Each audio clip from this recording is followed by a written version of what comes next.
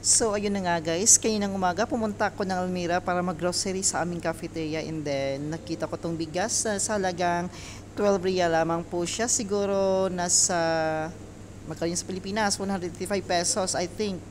And then 5 kilos na po yan siya guys, 5 kilos lang siya sa halagang 12 real.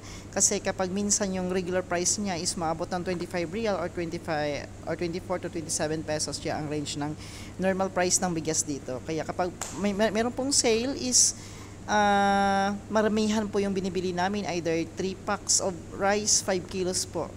Kaya minsan kailangan natin magtambak ng mga rices kasi minsan lang kasi bihira lang kasi dito mag-sale. And dito naman sa kabila is may nakita din akong mantika guys, sa halagang 20 real. Siguro nasa 320 pesos or 350 pesos lang siya. Dalawang piraso na po yan siya guys, 1.5 liter each. So kumbaga ano siya, 3 litro na po yan siya na mantika sa halagang 20 real lamang po. Okay, hanggang dito lang po. Bye bye.